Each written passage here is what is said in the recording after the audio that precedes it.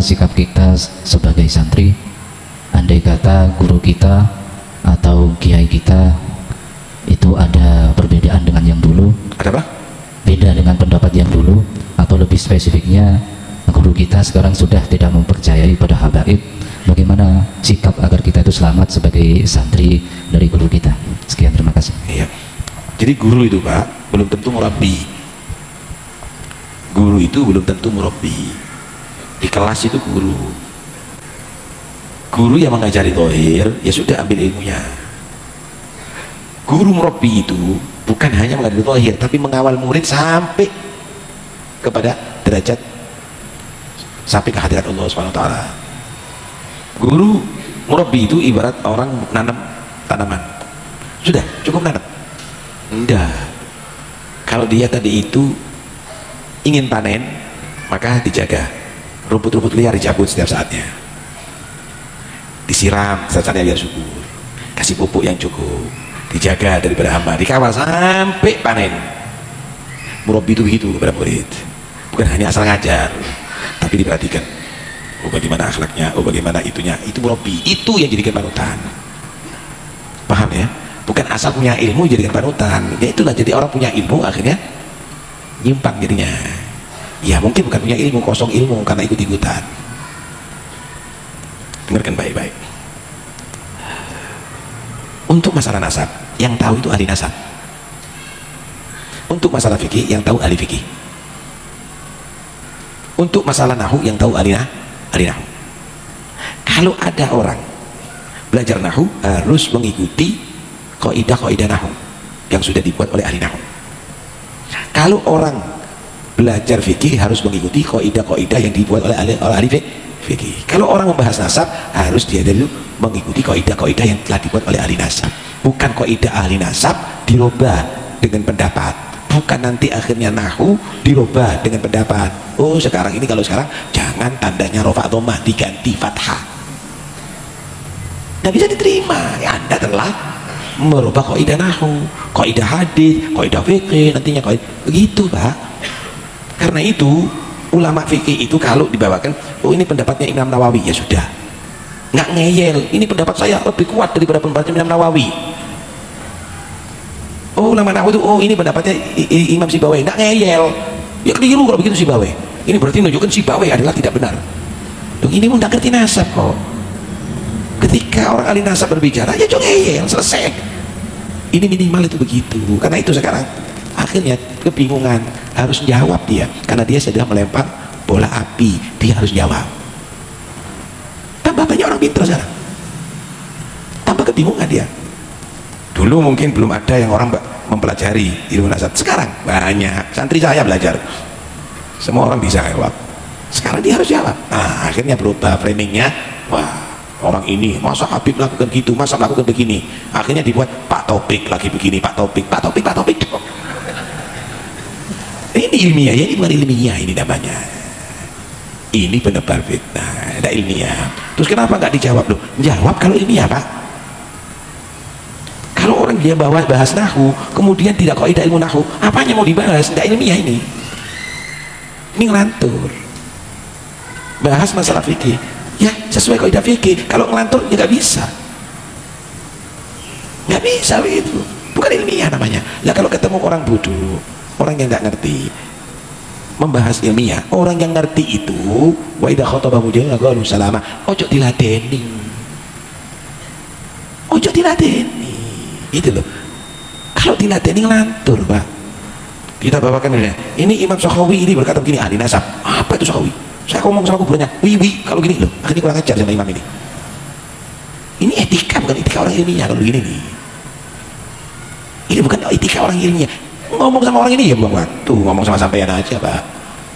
Ini adalah pembahasan ilmiah, begitu loh. Nggak usah digubris, udahlah percaya itu bukan ilmiah.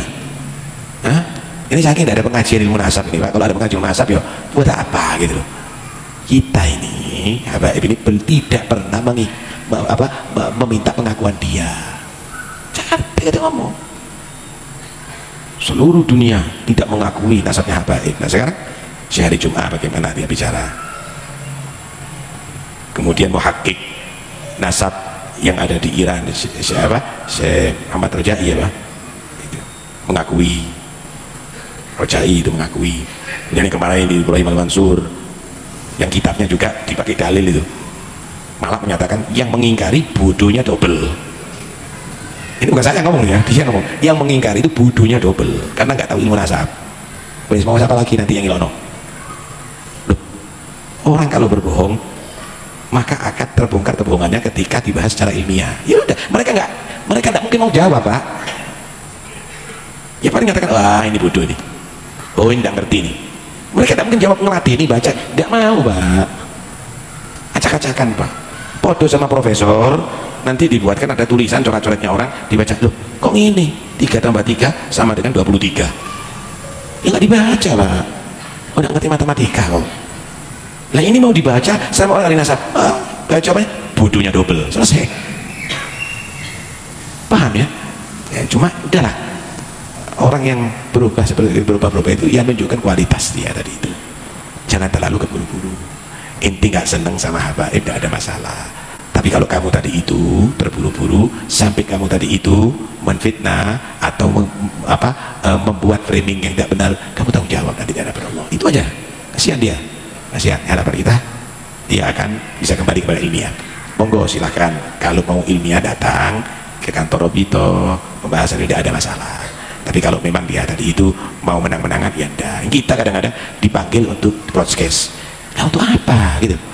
Dengarkan baik-baik, dengarkan baik-baik.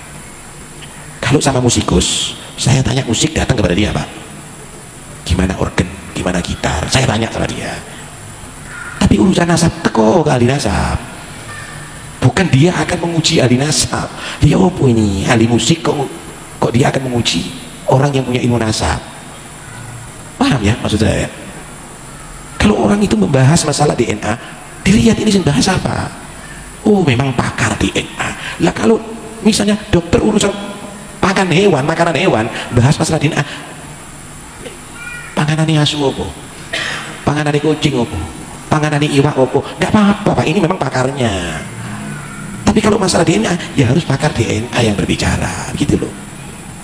Yang bahas nasab ya ahli nasab, yang bahas militer ya ahli militer. Ya ojo nanti semua ya kacau Pak kalau semuanya berbicara. Lah ini yang di sini semuanya berbicara. Sing ngono yo ngono cik, bingung. Wah, lek ngono delok ndi nek sing ngomong iki sapa iki? Oh dokter pakar DNA baru iso ngono. Oh dokter mas ahli pangan hewan. Oh wahan Mbak, ojo. Nanti akhirnya baca bicara masalah jantung, nanti bicara masalah ginjal. Nah nanti ini pakarnya atau bukan gitu loh. Ini yang apa yang harus saya terangkan. Jadi wes aja bingung itu semuanya.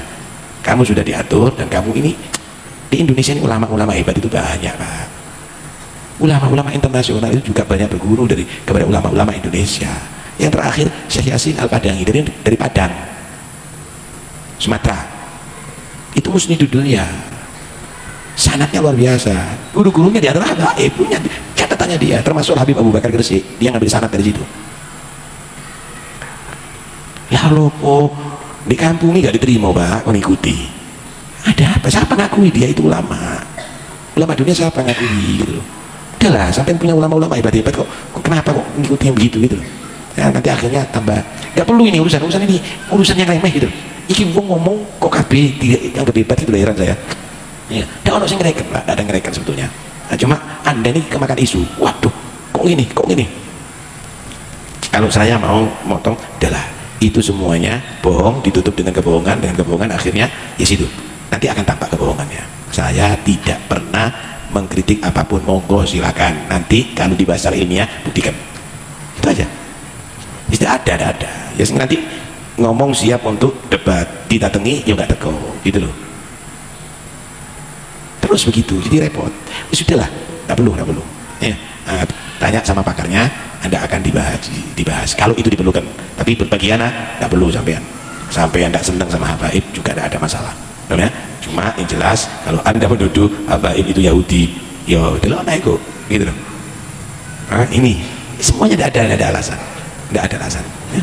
Khair insyaallah. Mudah-mudahan insyaallah jadi jadi hikmah Ya, di Indonesia ini sebentar lagi insya Allah masyarakat Indonesia akan cinta sama Habaib bukan karena ikut-ikutan, tapi karena ilmiah.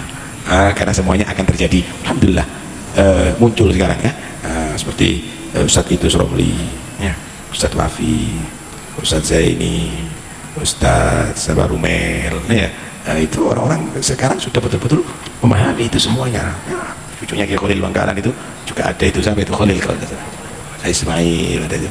Kita lihat insya Allah mereka, ya, anak-anak muda juga mulai muncul itu semuanya. Mau tidak mau sebentar lagi akan bermunculan ada di mana-mana. Sebentar lagi akan bermunculan ada di mana. Silahkan fitnah ada tebar, tapi banyak nanti yang akan membasmi fitnah-fitnah itu semuanya, ya enggak? Wallahu a'lam. Al-Fatihah.